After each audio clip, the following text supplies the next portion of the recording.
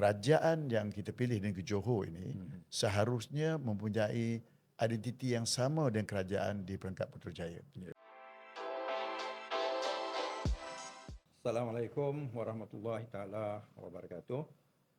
Malam ini saya bersama dengan Tuan Haji Zul yang merupakan calon Pakatan Harapan bagi DUN Kota Iskandar N49. Apa khabar Tuan Haji? Khabar baik, ya? Alhamdulillah. Alhamdulillah. Dengar-dengar sibuk berkempen.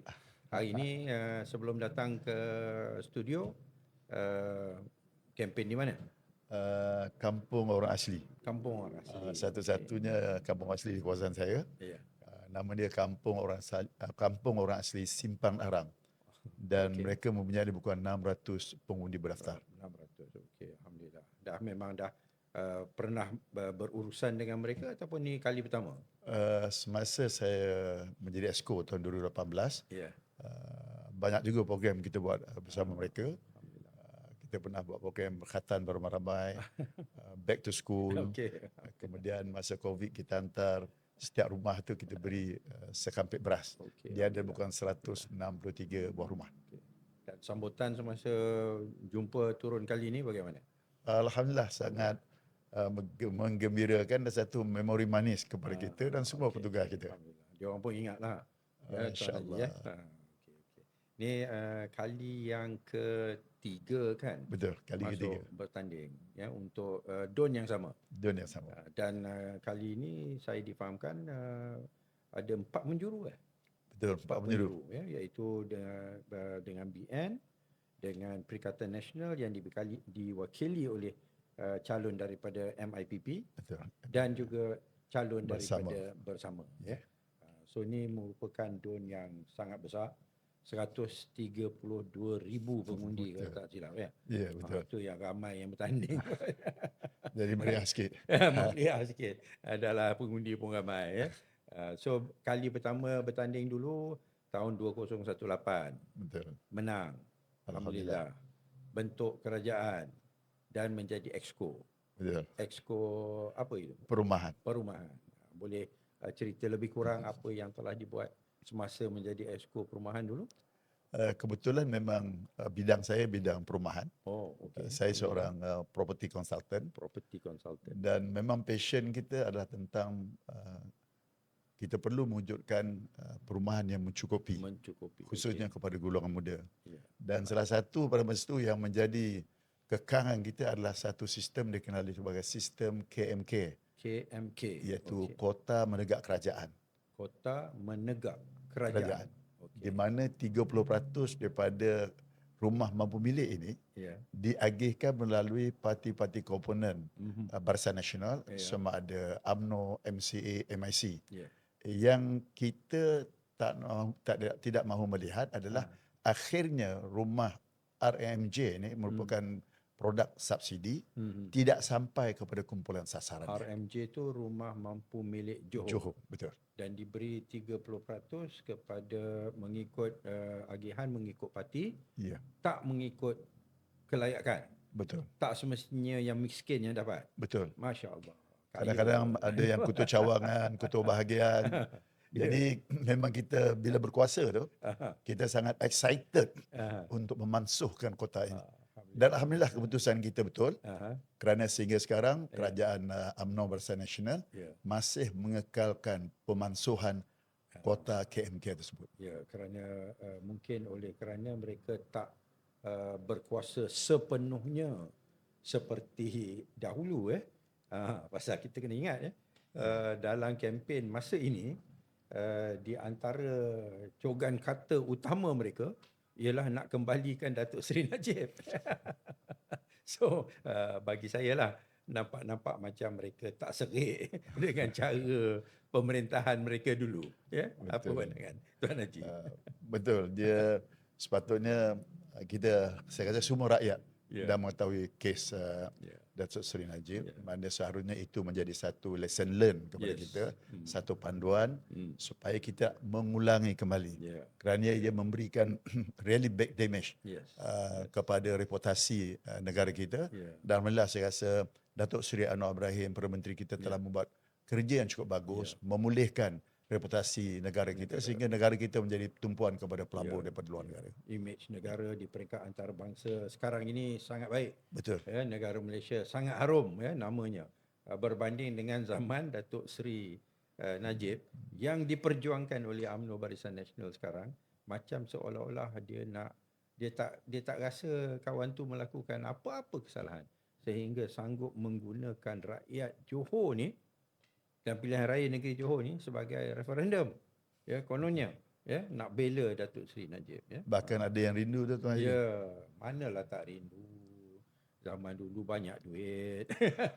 Rumah pun boleh dapat. Ya, yang disubsidi macam disebutkan yang KMK tadi kan. Itu yang Khairi Jamaluddin dalam dia punya ceramah. Saya nampak video dia. Ramai depan dia semua orang BN tu. Tak rindu ke zaman BN memerintah dulu? Oh, mana tak rindu? Mestilah rindu orang BN. So tu kali yang pertama. Lepas tu dikhianati dengan langkah Sheraton. Betul. So jatuh. Lepas tu kali kedua bertanding. Masa kali kedua tu berada dalam keadaan pandemik. Mac 2022. Dan keluar mengundi pun sangat rendah. Untuk N49 Kota Iskandar lebih kurang hanyalah 50.6%. Berbanding pada masa saya menang 2018, keluar mengundi lebih kurang 75%.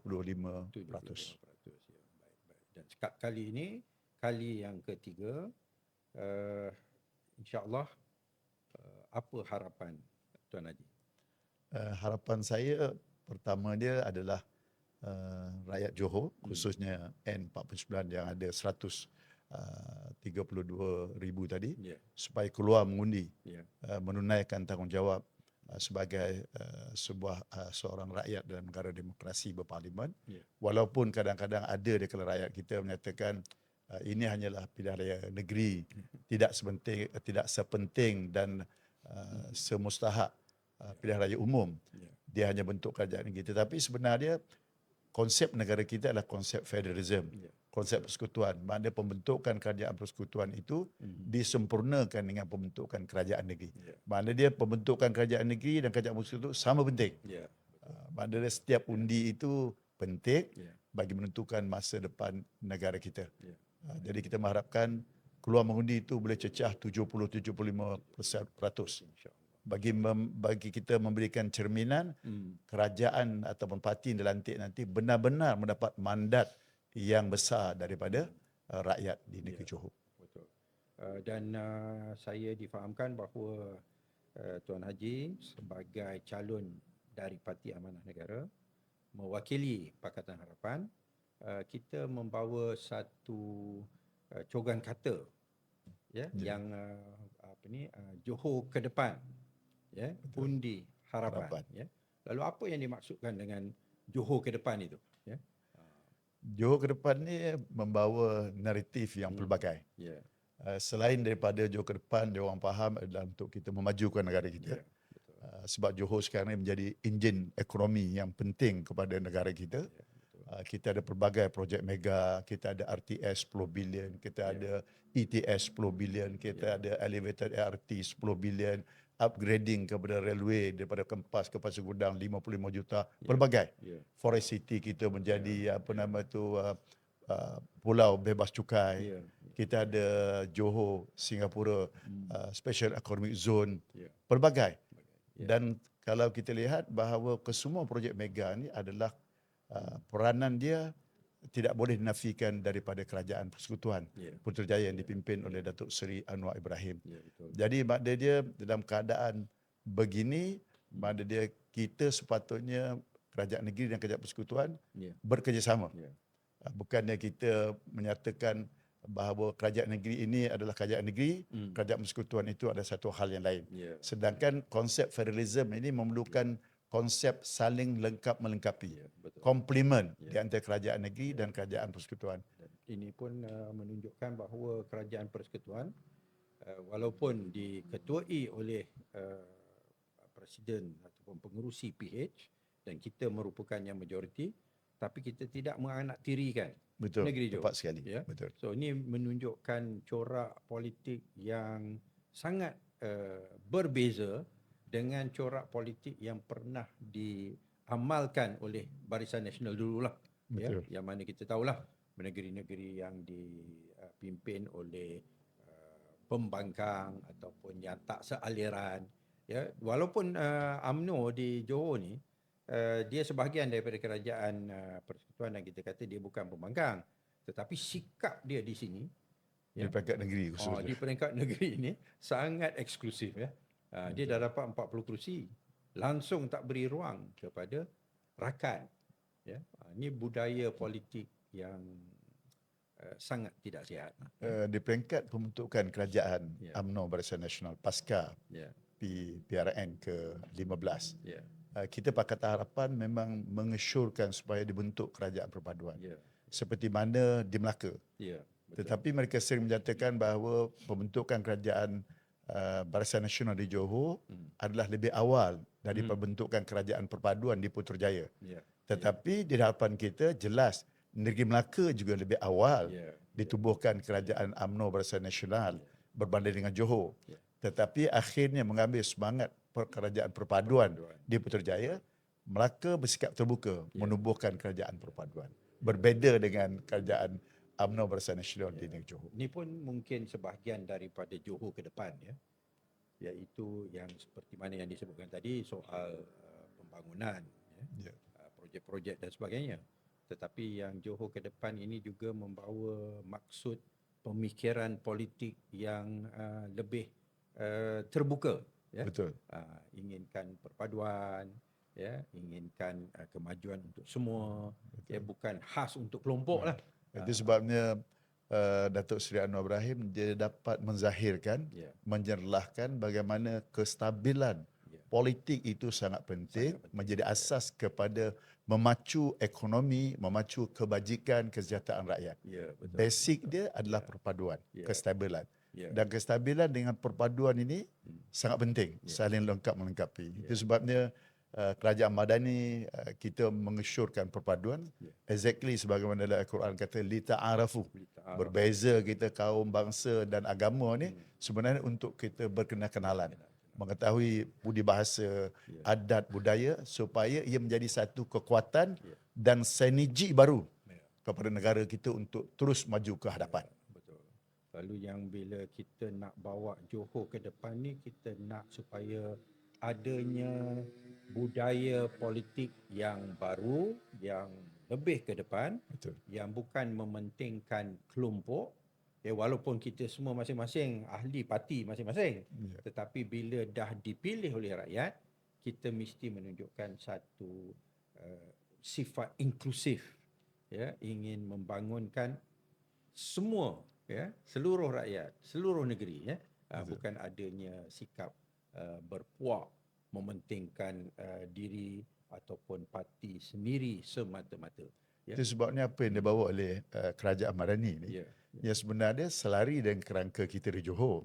Kita ada jogan ataupun slogan Bangsa Johor. Bangsa Johor. Dan Kawah Duli sendiri menyatakan bahawa bangsa Johor itu bukan merujuk kepada bangsa Melayu saja, tetapi adalah bangsa Johor itu mewakili bangsa Melayu, Cina dan juga India, yang membentuk suatu bangsa Johor yang bersatu padu, yang memacu Johor jauh lebih ke hadapan.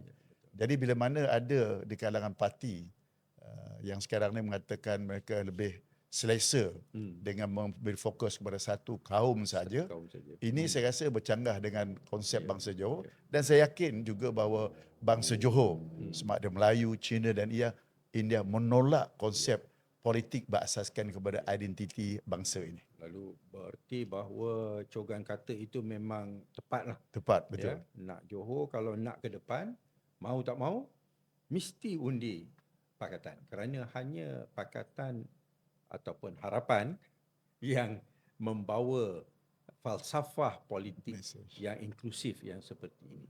Betul. Ya. Dan saya rasa kalau Johor kita asaskan kepada politik inklusif, politik perpaduan, politik kestabilan, saya yakin dan percaya Johor boleh pergi jauh lagi ke hadapan di atas pentas ekonomi dunia dan juga kesejahteraan rakyat itu. Tapi kalau kita tengok BN, selain daripada kempen untuk nak bebaskan Najib, yang dengan sendirinya pun merupakan corak politik ke belakang, ya. Kita lihat bagaimana mereka mengatakan menang di Johor, lepas itu kita boleh menang di Negeri Sembilan, lepas itu kita menang di Melaka, dan selepas itu kita akan menang di federal dan sebagainya. Lalu maknanya dia punya politik ni bukan soal nak inklusif, nak beri servis, nak membela rakyat, membangunkan negeri, membangunkan negara, tapi dia politik nak dominasi kembali. Itu sebab dia saya rasa kalau bangsa Johor, Ya. bangsa Johor, kita bangsa Johor, kita cintakan perpaduan. Ya. Kita cintakan negara kita dipimpin oleh mereka yang berjiwa besar. Ya. Dan dengan dipimpin oleh mereka berjiwa besar ni, Johor boleh terus melangkah perkasa di masa yang akan datang. Ya, Johor dan Dan Malaysia sejarah Johor memang merupakan di antara negeri yang agak ke hadapan. Ya. Contohnya di segi undang-undang tubuh kerajaan negeri kita, jauh lebih awal daripada negeri-negeri yang lain. Bahkan Perlembagaan Persekutuan juga menjadikan undang-undang tubuh kerajaan Johor sebagai rujukan. Mana memang slogan yang kita bawa, Johor ke depan, dan Undi Harapan itu adalah merupakan refleksi ataupun penterjemahan, pencerminan kepada sifat identiti Johor itu sendiri. Dan cita-cita Pakatan Harapan nak kembalikan kegemilangan negeri Johor untuk kepentingan negara, ya, dan rakyat, insya-Allah. Sebab Johor ni, Tuan Haji, dia bukan hanya bila kita maju, dia hanya menguntungkan negeri Johor, bangsa Johor saja. Ya. Tetapi dia adalah pintu masuk utama daripada sebelah selatan. Ya. Mana dia kita tahu negara Singapura itu merupakan negara yang begitu maju, indeks ekonomi, indeks rasuah dia begitu baik. Dan bila Johor boleh berdiri sama tinggi dengan Singapura, secara tak langsung bahawa Johor akan dihargai, akan dihormati, dan begitu juga kepada Malaysia secara keseluruhannya. Baik, Tuan Haji, saya rasa pengundi pun nak tahu lebih sikitlah, ya, tentang peribadi calon yang bertanding di Kota Iskandar itu. Walaupun dulu pernah menang, dan mungkin ada sebahagian yang dah kenal, ya. Tetapi saya dapati bahawa masih lagi perlu sedikit penjelasan, ya, tentang latar belakang, tentang pengalaman, kerjaya dan sebagainya lah. Silakan. Okay, terima kasih. Pertamanya saya, kalau orang tengok nama dalam poster saya itu SR Zulkifli bin Ahmad. SR tu stand for Surveyor. Surveyor ni adalah Registered Surveyor. Dan Surveyor ni ada 4 kategori. Pertama dia adalah Land Surveyor, jurukur tanah. Kemudian Building Surveyor, jurukur bangunan. Kemudian Property Surveyor, iaitu jurukur harta. Dan ada juga kata QS, itu part of Surveyor, Quantity Surveyor. Jadi 4. Yang saya ini adalah Property Surveyor. Okay. Dan bila kita mendalami Property Surveyor ni, kita memang, orang kata kitab kita lah, rujukan kita adalah Kanun Tanah Negara. Rujukan kita adalah peraturan-peraturan tanah negeri. Rujukan kita adalah Majlis Tanah Negara. Rujukan kita adalah Land Acquisition Act, Akta Pengambilan Bilik Tanah. Rujukan kita adalah Akta Kerajaan Tempatan. Jadi semua ni adalah rujukan-rujukan yang kita pelajari secara detail. Dan saya mendapat ijazah pertama saya di UTM. UTM, Bachelor in Science Property Management and Valuation. Kemudian saya melanjutkan pelajaran ke UK di City University. University apa? City University. City University di London. Di zon 1 tu. Zon 1. Dan tetapi duduk di zon 3 lah. Kos jemaah. Jadi saya menghabiskan master saya dalam property investment. Berapa lama itu? Dalam setahun lebih di sana. Kemudian saya balik masa itu menjadi pensyarah di UTM. Dan selepas itu lebih kurang dalam 3 ke 4 tahun selepas itu saya meletakkan jawatan. Saya mengendalikan syarikat saya sendiri. Sehinggalah sekarang. Dan juga dalam masa yang sama kita juga menjalankan pelbagai bisnes. Di samping kita juga mengadakan perkhidmatan untuk umrah dan haji. juga kita menguruskan pusat pendidikan. Tapi okey. more core business kita adalah property Property surveyor dan tersebut. memang diamalkan, dipraktikkan secara profesional. Dan sampai sekarang saya masih ada running my own firm. Dan telah berkahwin dan mempunyai 7 orang anak, 7 orang. 4 lelaki, 3 perempuan. Dah ada 12 cucu. 12 cucu. On the way ada 3 lagi. Wah. So end of the year going to be 15 lah, 15. Okey. Tak boleh buat pasukan bola sepak lah ni zaman musim World Cup ni. World Cup ya. Ya, baik, alhamdulillah. Ya. So selama ini bila terlibat dalam bidang yang profesional ini dengan segala aktiviti-aktiviti yang sampingan, masih lagi aktif dengan dalam bidang politik. Betul. Ya, dalam arena politik, ya. So apa sebenarnya menjadi sebagai dorongan lah, ya, untuk Tuan Haji terlibat dalam bidang politik, sedangkan dah banyak dah yang sedang diuruskan, ya, perniagaan lah, kegiatan-kegiatan lain dan sebagainya, tapi tak nampak macam apa ni, kiranya agak pack lah, ya, macam-macam yang sedang diusahakan. So apa yang mendorong Tuan Haji untuk terus terlibat dalam bidang politik? Saya terlibat dengan politik ini ataupun orang kata terjebak lah Tuan Haji. 1983. Seawal tahun pertama saya di UTM, dan penglibatan kita itu lebih berbentuk kita menunaikan tanggungjawab kita dalam aspek politik.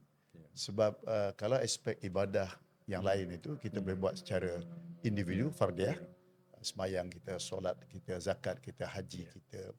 Tetapi dalam politik ini dia tak boleh buat seorang diri. Dia adalah merupakan tanggungjawab secara kolektif.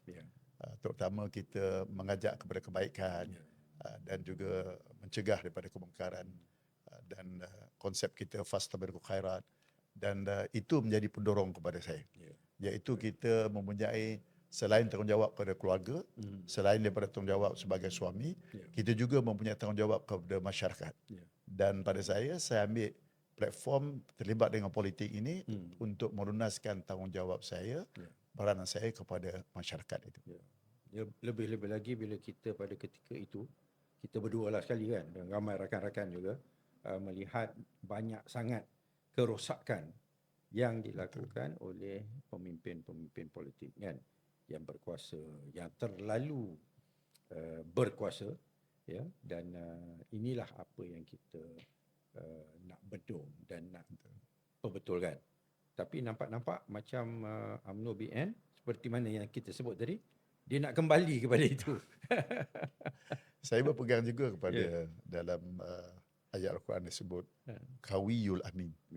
Dua sifat sangat penting bila kita terlibat dengan politik secara langsung, kita akan terlibat sebagai kepimpinan. Jadi dua syarat yang utama yang penting itu, selain daripada kekuatan kita, pendidikan kita, pengalaman kita, ada Al-Amin itu. Amanah itu. Maknanya kita tidak mengambil amanah itu sebagai suatu peluang untuk kita membentuk kekayaan, membentuk pengaruh, tapi amanah itu suatu tanggungjawab taklif yang perlu dilaksanakan dan akan dipersoalkan oleh Allah Subhanahu Wa Taala. Betul. Dia bila dah dapat kuasa tu dan kedudukan dan jawatan, daripada bawah sampai ke atas lah, ya, soal amanah itu adalah sangat penting. Betul. Ya, supaya tidak ada pengkhianatan, salah guna kuasa. Sebaliknya digunakan kedudukan dan jawatan itu untuk membangunkan negara dan rakyat bersama. Ya. Itu saya rasa sangat penting, turning point. Betul. Kalau kita pegang amanah itu kepimpinan sebagai satu tasrif kebanggaan, jadi dia akan pergi ke arah bukannya kita serve the public, kita melunaskan tanggungjawab kita untuk kesejahteraan rakyat, tetapi kita menjadikan agenda pribadi kita sebagai sesuatu yang perlu diutamakan. Betul. Inilah yang merupakan masalah yang dihadapi oleh negara kita sekian lama, dan itulah sebabnya kita nak bawa budaya politik yang baru. Betul. Dan itulah yang dikatakan Johor ke depan. Kita sebenarnya Tuan Haji tidak ada pilihan. kita mesti membawa satu politik budaya yang baru, Ya. budaya rasuah, budaya apa nama itu komision, perkauman ini saya rasa kita tinggalkan. Tinggalkan. Kita move forward kepada pentas politik yang baru, politik perkhidmatan, politik perpaduan, politik menghargai peranan setiap kaum dan bangsa supaya kita boleh maju dak erti kata yang sebenar dia. Bukannya maju dak erti kata satu kaum diketepikan, satu kaum ditinggalkan, satu kaum di kehadapan. Tidak. Kita sama bangun sebagai satu rakyat Malaysia. Dah 10 hari dah berkempen. Betul. Ya. Ada apa-apa yang menarik yang Haji Zul nak sampaikan, nak jelaskan?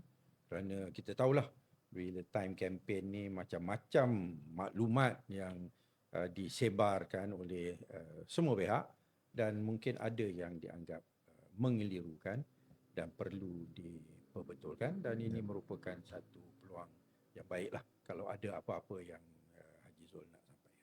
Silakan. Dia bila kita dah pernah menjadi adun, tambahnya saya pernah menjawat jawatan Exco, dia title sebagai YB itu kekal.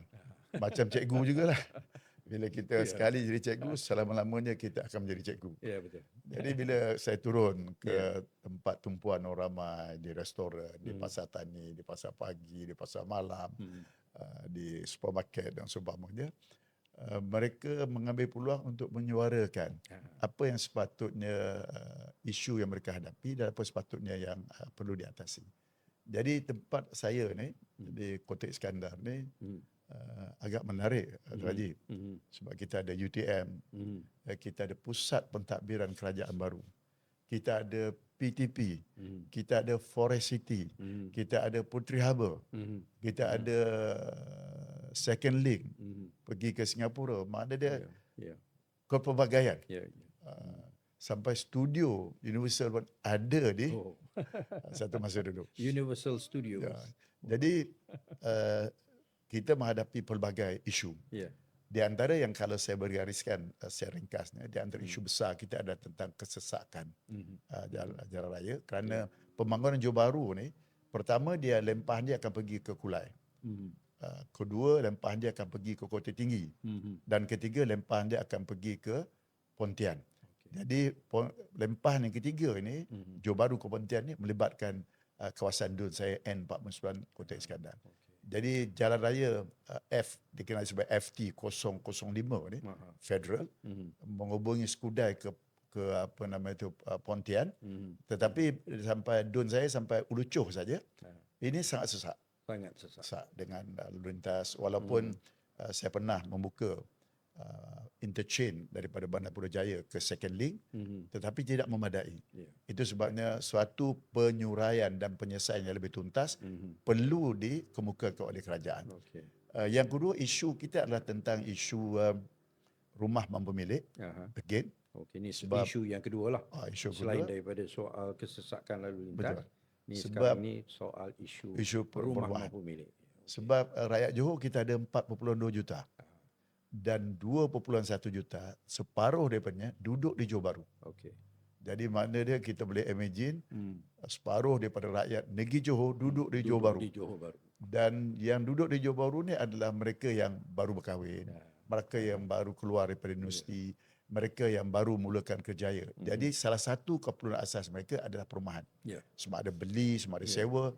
Kalau mereka berdasarkan kepada pasaran, agak mahal dan luar daripada kemampuan mereka. Itu sebabnya pembinaan rumah mampu milik ini sangat penting untuk diambil tanggungjawab itu oleh mana-mana kerajaan yang mentadbir negeri Johor.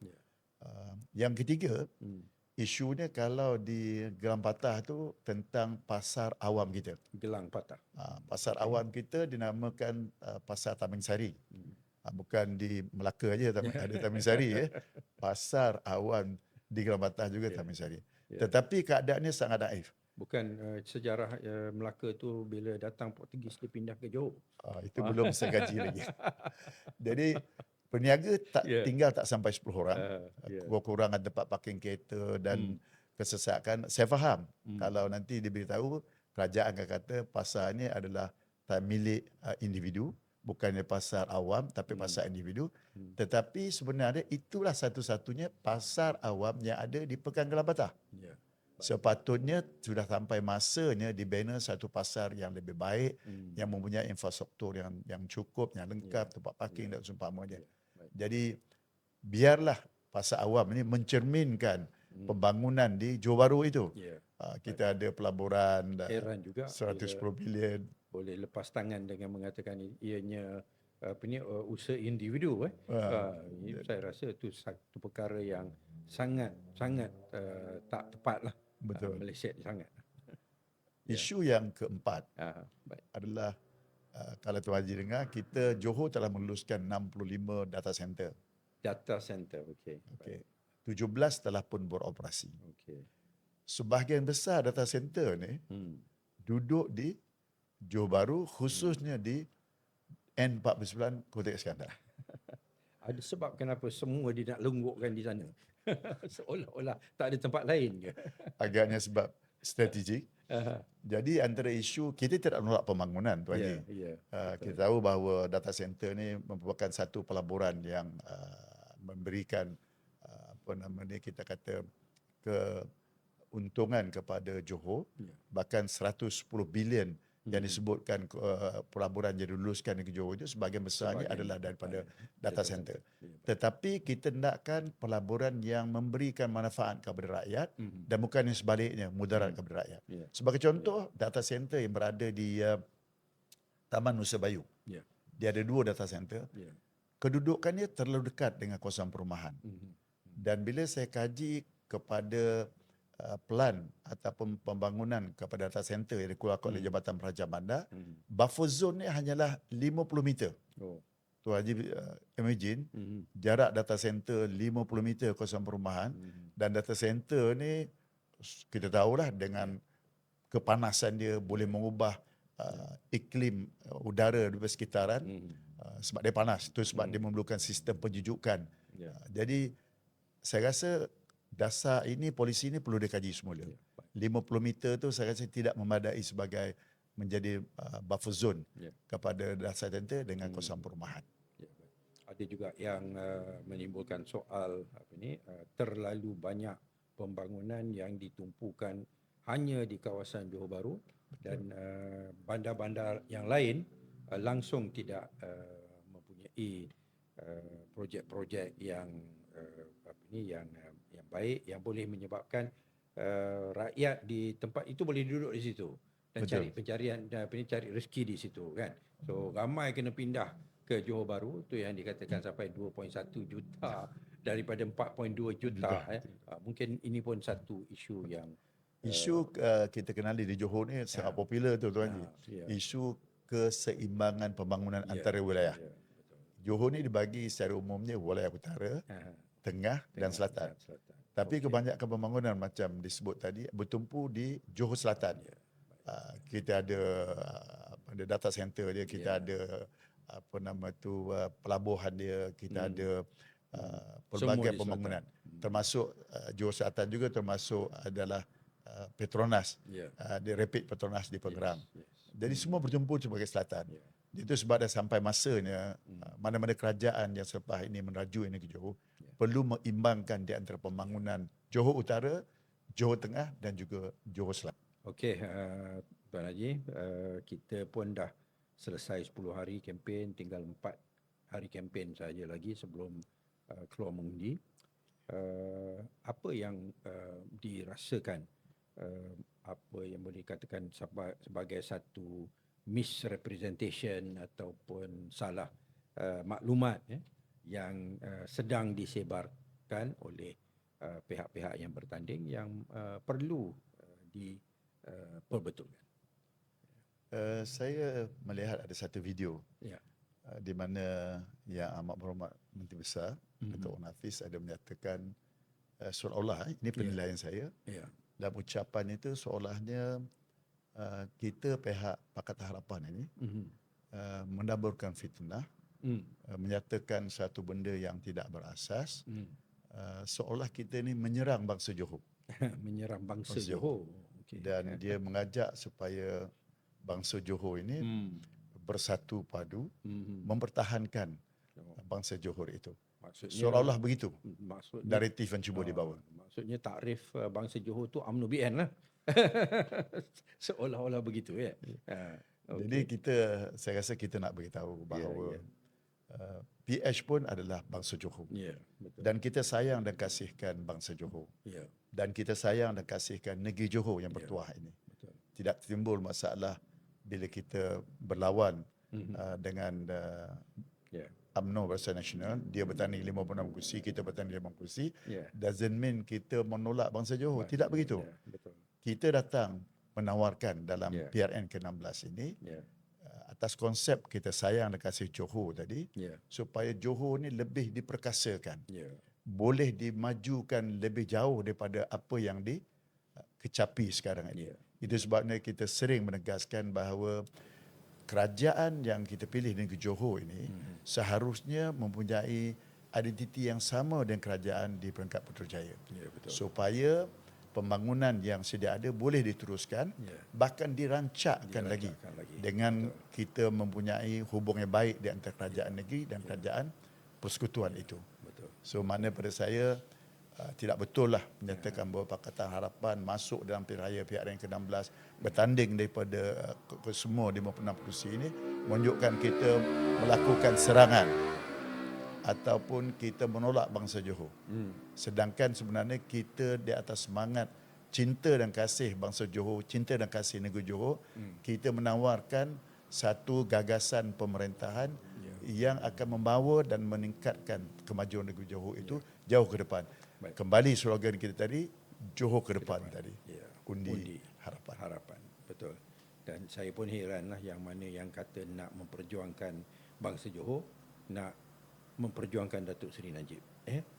Ini merupakan satu kerosakan yang perlu kita selamatkan bangsa Johor daripada terpengaruhlah dengan pemahaman yang sebegitu rupa. Baiklah, saya rasa kita pun sudah di penghujung program kita. Saya ucapkan terima kasih kepada Tuan Haji Zul. Semoga insya-Allah kempen berjalan dengan lancar dan semoga insya-Allah rakyat Johor dan khususnya yang di Kota Iskandar akan memberikan sokongan dan undian kepada apa yang sedang diusahakan ke arah kebaikan oleh saudara Tuan Haji melalui penyertaan dalam arena politik dan dalam pilihan raya negeri Johor ini. Amin ya rabbal alamin. Baik. So sekian. Assalamualaikum warahmatullahi taala wabarakatuh. Terima kasih kerana mengikuti program kita pada malam ini.